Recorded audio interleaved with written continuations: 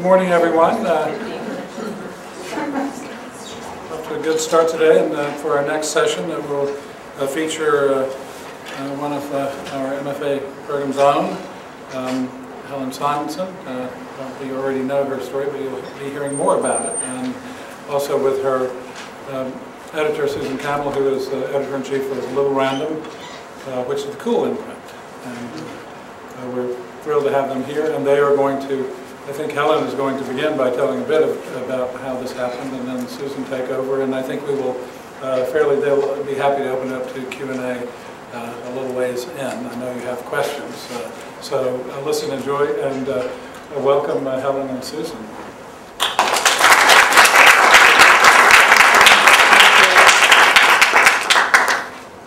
Okay, so I'm actually much more comfortable sitting here about 2/3 of the way back, somewhere towards the middle, which I've done for many years. So I'm actually one of you, and I'm just not quite sure how it is that I finally get to sit up here instead.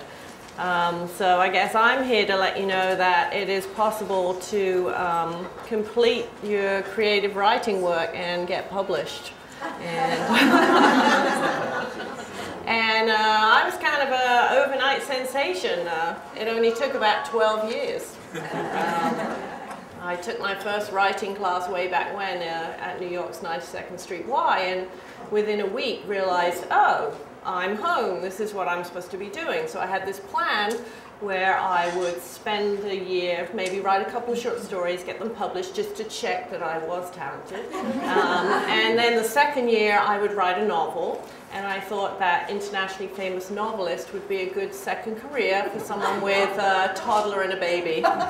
Well, if I tell you that my sons are now 17 and 15, you'll see that I was mistaken.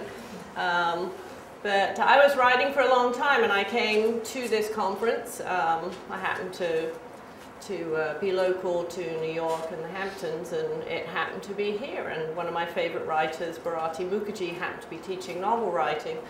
And so I wandered out here and came several years, and then wanting more, joined the MFA program, which, being a busy mom, I did strictly part-time. I would take one class a semester, and I would come out and get to spend a night out here in the Hamptons away from the small children, and that worked out really well. And then I discovered after about 5 years in the MFA program that I had actually, instead of being the very diligent student I had always been, that somehow I had become that like long-haired surfer dude with a guitar who was never going to graduate. And,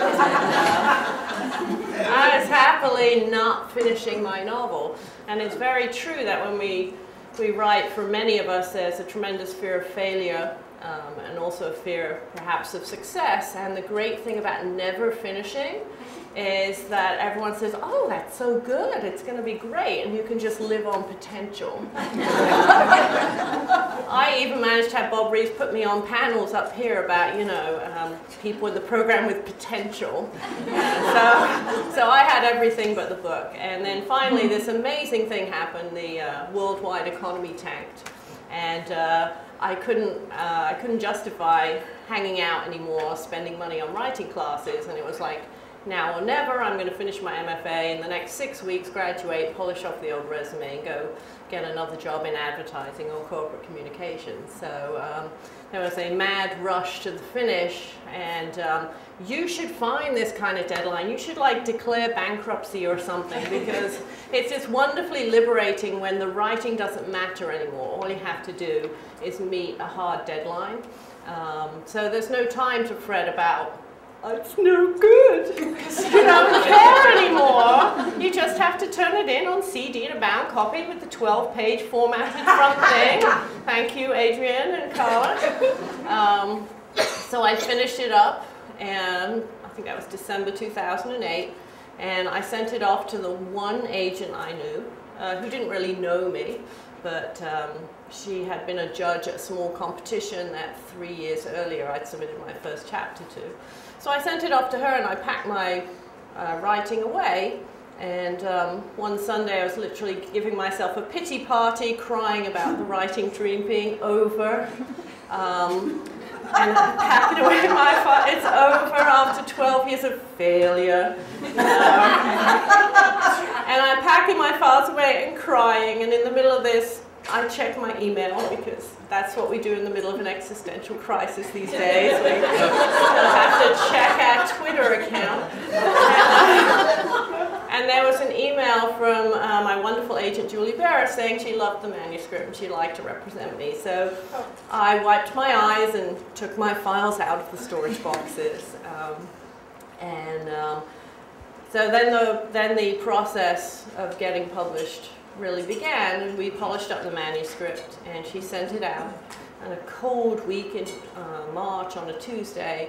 And she said, well, it'll take a couple of weeks, people will read it, maybe next week we'll start to get some feedback. And by Friday, Susan Kamil, editor-in-chief of what I like to just call Random House, none of this little random, it's pretty big, Susan Kamil had snapped me up. I have.